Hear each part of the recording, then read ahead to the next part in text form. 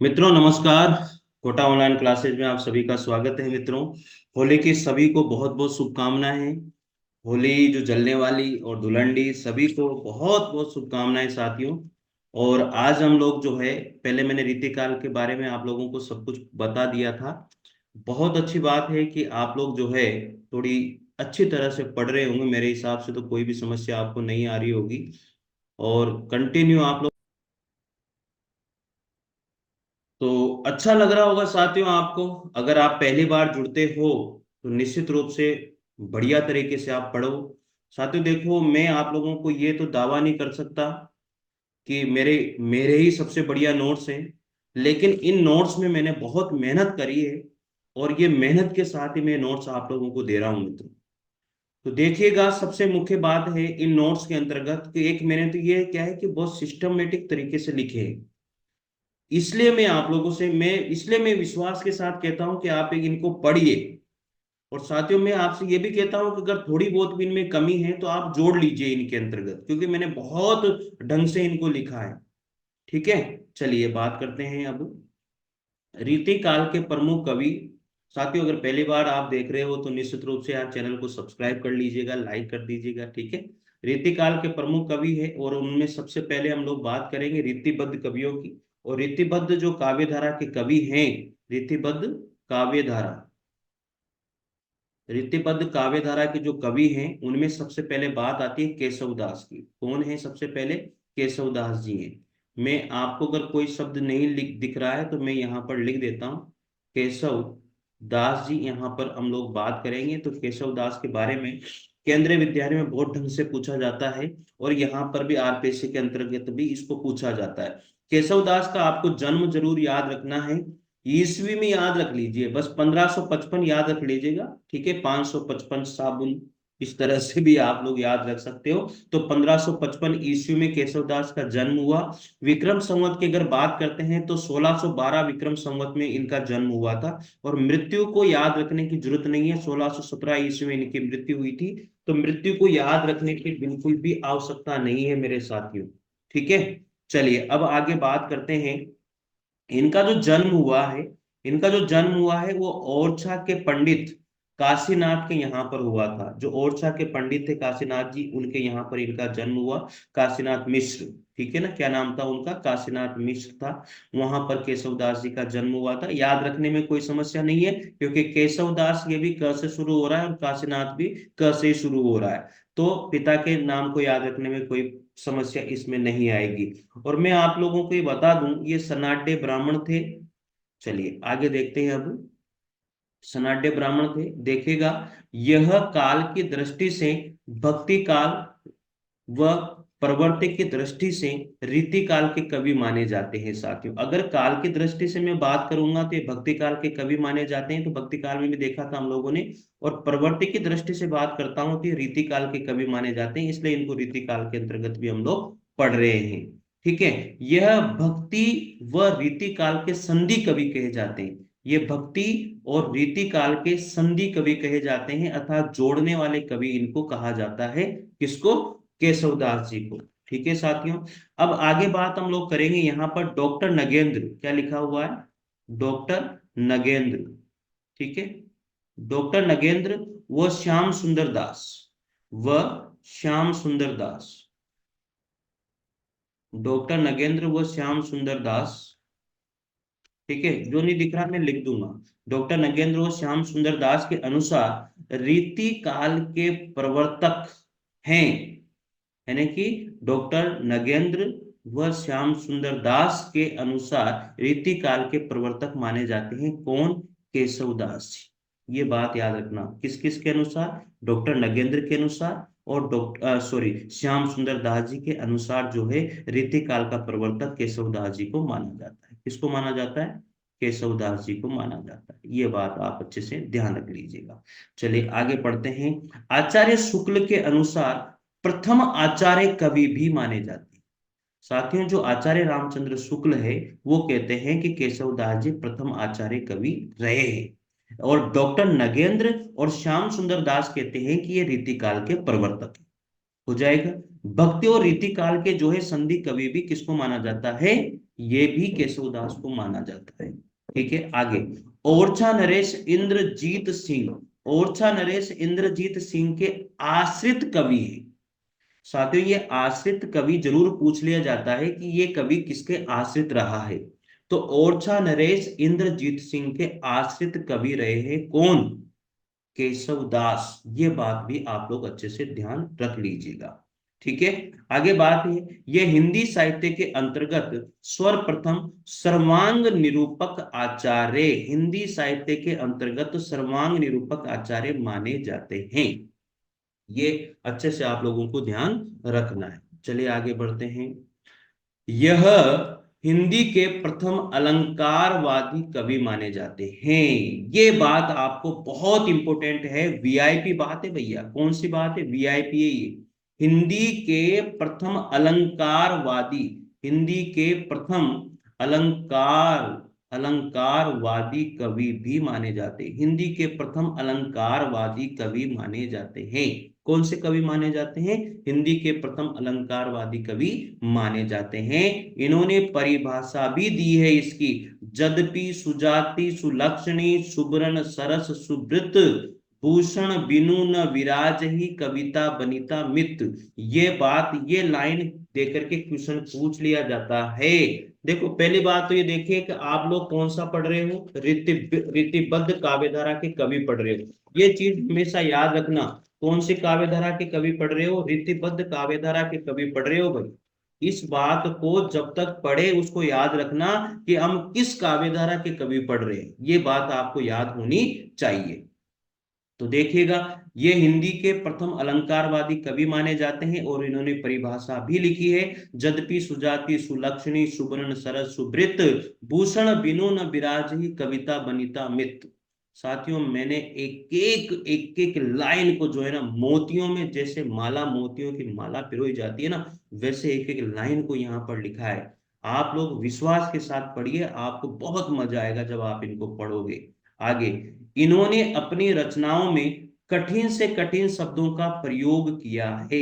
इन्होंने अपनी रचनाओं में साथियों कठिन से कठिन शब्दों का भी प्रयोग किया है। अतः इन्हें आचार्य शुक्ल, यहां पर क्या लिखा हुआ है? आचार्य शुक्ल ने इनको कठिन काव्य का प्रेत कहकर पुकारा है। क्या कहा है मित्रों? इन्होंने, आचार्य शुक्ल ने इनको जो है कठिन काव्य का प्रेत कहकर पुकारा है। कठिन काव्य, कठिन काव्य का प्रेत, कठिन काव्य का प्रेत कहकर इनको आचार्य शुक्ल ने पुकारा है। साथियों देखो, याद करने में कोई परेशानी इसलिए नहीं है इसमें, क्योंकि देखो, इनके पिता का नाम काशीनाथ मिश्र था। आपको याद हो जाएगा। क्यों हो जाएगा? क्योंकि केशवदास का भी क से शुरू होता है और कठिन काव्य का प्रेत भी, कठिन शब्द भी क से शुरू हो रहा है। तो केशवदास जी को कठिन काव्य का प्रेत, यानी कि कठिन काव्य का प्रेत किसने कहा, ये क्वेश्चन पूछा जाएगा। इसलिए याद रखना, कठिन काव्य का प्रेत केशवदास जी को आचार्य रामचंद्र शुक्ल के द्वारा कहा गया है। आचार्य रामचंद्र शुक्ल जो है, इनको हिंदी का प्रथम अलंकारवादी कवि भी मानते हैं और उन्होंने परिभाषित भी किया है। इस बात को ध्यान रखिएगा। एक चीज मैंने आप लोगों को यहाँ पर बताई थी कि डॉक्टर नगेंद्र जो है और श्याम सुंदर दास जो है, रीति काल का प्रवर्तक कवि भी केशवदास जी को मानते हैं और आचार्य शुक्ल इनको प्रथम आचार्य कवि मानते हैं। ये सारी बातें मैंने आप लोगों को बता दी। चलिए आगे बढ़ते हैं। अब डॉक्टर श्याम सुंदर दास के अनुसार ये रीति काल के प्रवर्तक माने जाते हैं। मैंने ये बात तो आपको पहले बताई है। डॉक्टर नगेंद्र और श्याम सुंदर दास के अनुसार रीति काल का प्रवर्तक कवि किसको माना जाता है? केशवदास जी को माना जाता है। हो जाएगा याद, इसमें तो कोई समस्या नहीं है आप लोगों को यार। होनी भी नहीं चाहिए समस्याएं, इसमें कोई परेशानी क्यों होनी चाहिए? ठीक है भाई। तो बहुत अच्छी बात है कि आप लोग जो है इसको अच्छे से पढ़ रहे हो और यहाँ पर आपको कोई समस्या नहीं होनी चाहिए। ठीक है, चलिए और देखते हैं। मेहनत करिए और मेहनत करने वालों की हमेशा जीत ही होती है। ठीक है ना? और जीत होती है तो निश्चित रूप से फिर मजा ही मजा है। ठीक है, चलिए देखिए यहां से।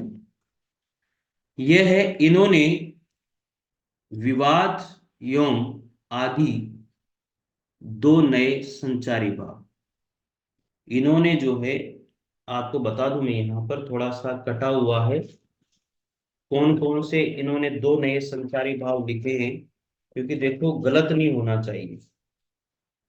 जो इन्होंने संचारी भाव लिखे हैं वो हम लोग थोड़े से देख लेते हैं। देखिएगा क्या होता है, इसमें कटा हुआ है थोड़ा सा यार। रीतिकाल के रीतिबद्ध धारा के कवि हैं केशवदास जी। विवाद और आदि, मैंने सही बोला था आप लोगों को, विवाद और आदि, ये जो है दो नए संचारी भाव रसों में इन्होंने प्रतिपादित किए थे। कौन कौन से? विवाद और आदि, जो दो संचारी भाव है वो इन्होंने प्रतिपादित किए हैं मित्रों। ठीक है, चलिए आगे देखिए, अब बढ़ते हैं आगे। इनके द्वारा रचित पांच रचनाएं जो ऐसी है जो प्रबंधात्मक श्रेणी में लिखी गई है। इनके द्वारा रचित पांच रचनाएं ऐसी है प्रबंधात्मक श्रेणी में लिखी गई है। और ये प्रबंधात्मक श्रेणी का मतलब है कि इन रचनाओं में इन्होंने शुरू से लेकर के एंड तक एक प्रबंध के साथ बिल्कुल सटीक तरीके से इन्होंने लिखा है। ठीक है, तो प्रबंधात्मक श्रेणी में इन्होंने लिखा है इन रचनाओं को। कौन कौन सी रचनाएं? रामचंद्रिका, विज्ञान गीता, रतन बावनी और विरह सिंह देव चरित्र और जहांगीर जस चंद्रिका।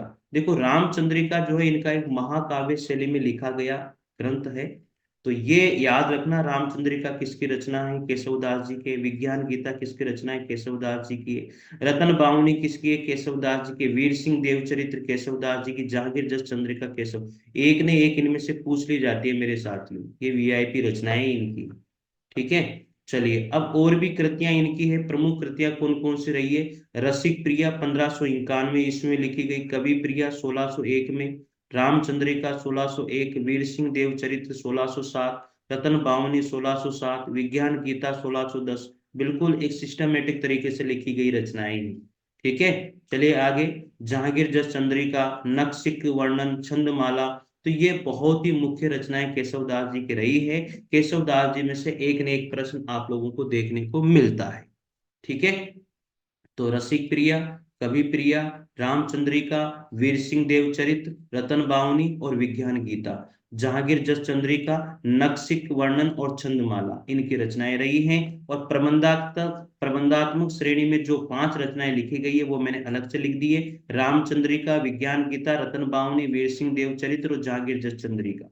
ठीक है, ये आप लोगों को थोड़ा सा ध्यान रखना पड़ेगा। चलिए आगे पढ़ते हैं। रसिक प्रिया, कवि प्रिया, छंदमाला, नखशिख आदि काव्यांग निरूपक लक्षण ग्रंथ है। साथ ही ये क्वेश्चन पूछा जाता है अनेक बार, निम्न रचनाओं में से काव्यांग निरूपक लक्षण ग्रंथ कौन सा है? और वो रचनाएं केशवदास जी की ही दी जाती है। तो ध्यान रखिएगा कौन कौन सी रचनाएं? रसिक प्रिया, कवि प्रिया, छंदमाला और नखशिख। रसिक प्रिया, कवि प्रिया, देखो दोनों तो प्रिया प्रिया है, ये तो याद हो जाएगी आपको। रसिक है और कवि प्रिया है।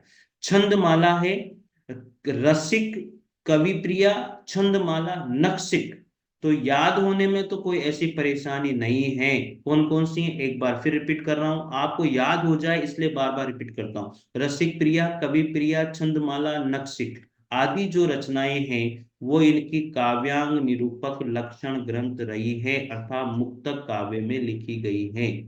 चलिए देखिएगा, कवि प्रिया की रचना आचार्य केशव ने अपने आश्रयदाता इंद्रजीत सिंह, जो आचार्य केशवदास जी है उनके ये आश्रयदाता रहे थे। और किसके आश्रयदाता थे ये? इंद्रजीत सिंह के, जो महाराजा थे, ओरछा के नरेश थे। कि राज नर्तकी प्रवीण राय को काव्य की शिक्षा देने के लिए की गई थी। जो कवि प्रिया जो इनका ग्रंथ है और ये काव्यांग निरूपक ग्रंथ है, इसकी रचना इन्होंने जो इंद्रजीत सिंह जी की जो राज नर्तकी थी उसको काव्य की शिक्षा देने के लिए इन्होंने, जब ये देने गए होंगे तो कुछ ना कुछ बातें इनमें रही होगी, तो वहां पर इन्होंने उसी के लिए ही, जो प्रवीण राय थी उसके लिए इन्होंने एक पूरा ग्रंथ लिख दिया और उसको नाम दिया केशवदास जी के द्वारा कवि प्रिया।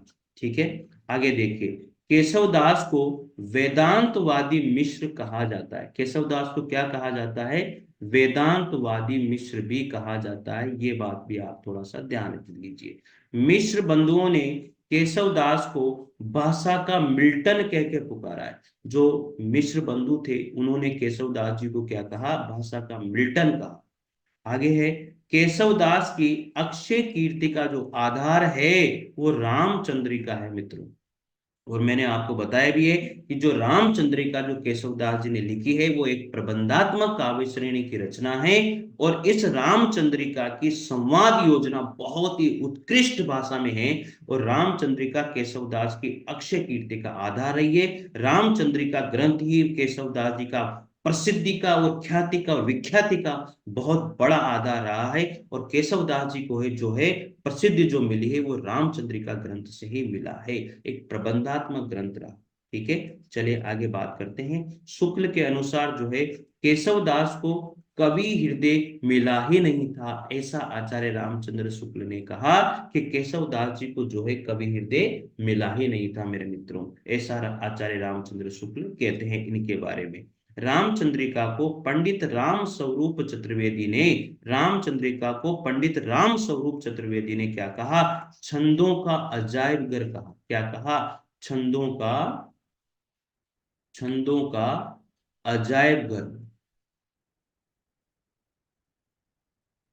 अजायब घर कहा।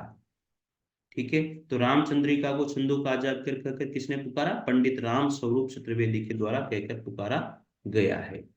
चलिए देखिए, अब साथ में ये चीजें आप लोगों के लिए बहुत लाभदायक है और आप इनको पढ़िएगा। बहुत अच्छा लग रहा है, आप लोगों ने बहुत प्यार दिया है मेरे वीडियो को, मेरे नोट्स को, मुझे बहुत बढ़िया लगता है साथियों। चलिए आगे बात करते हैं। आचार्य शुक्ल ने इन्हें कठिन काव्य का प्रेत कह के पुकारा। ये मैंने पहले भी आपको बता दिया है, कठिन काव्य का प्रेत।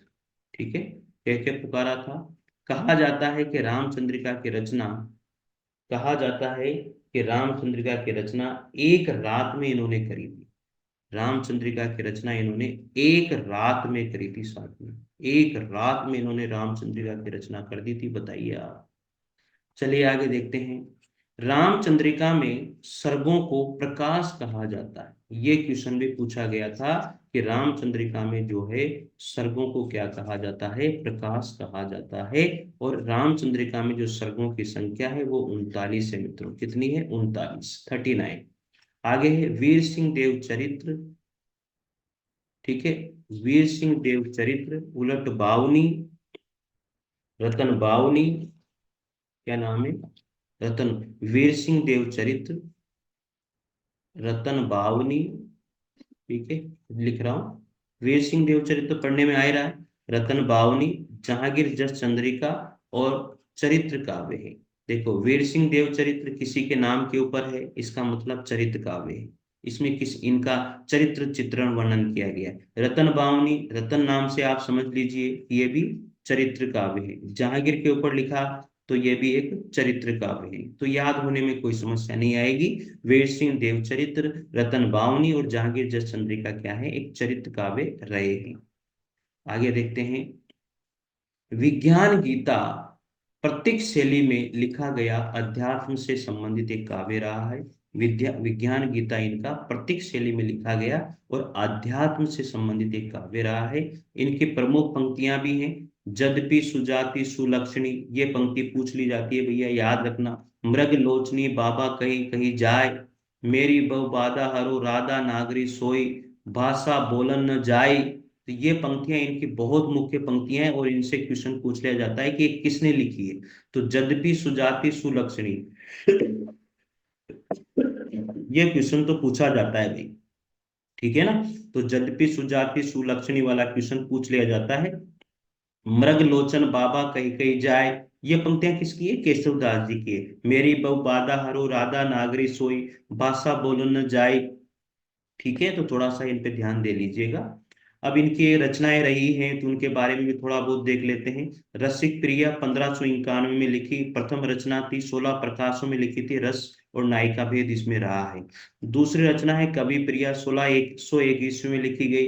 हिंदी का प्रथम काव्य शास्त्रीय रहा। 16 प्रकाशों में रहा। अलंकार में सर्वाधिक महत्व अलंकारों का इसमें रहा है, कवि प्रिया में।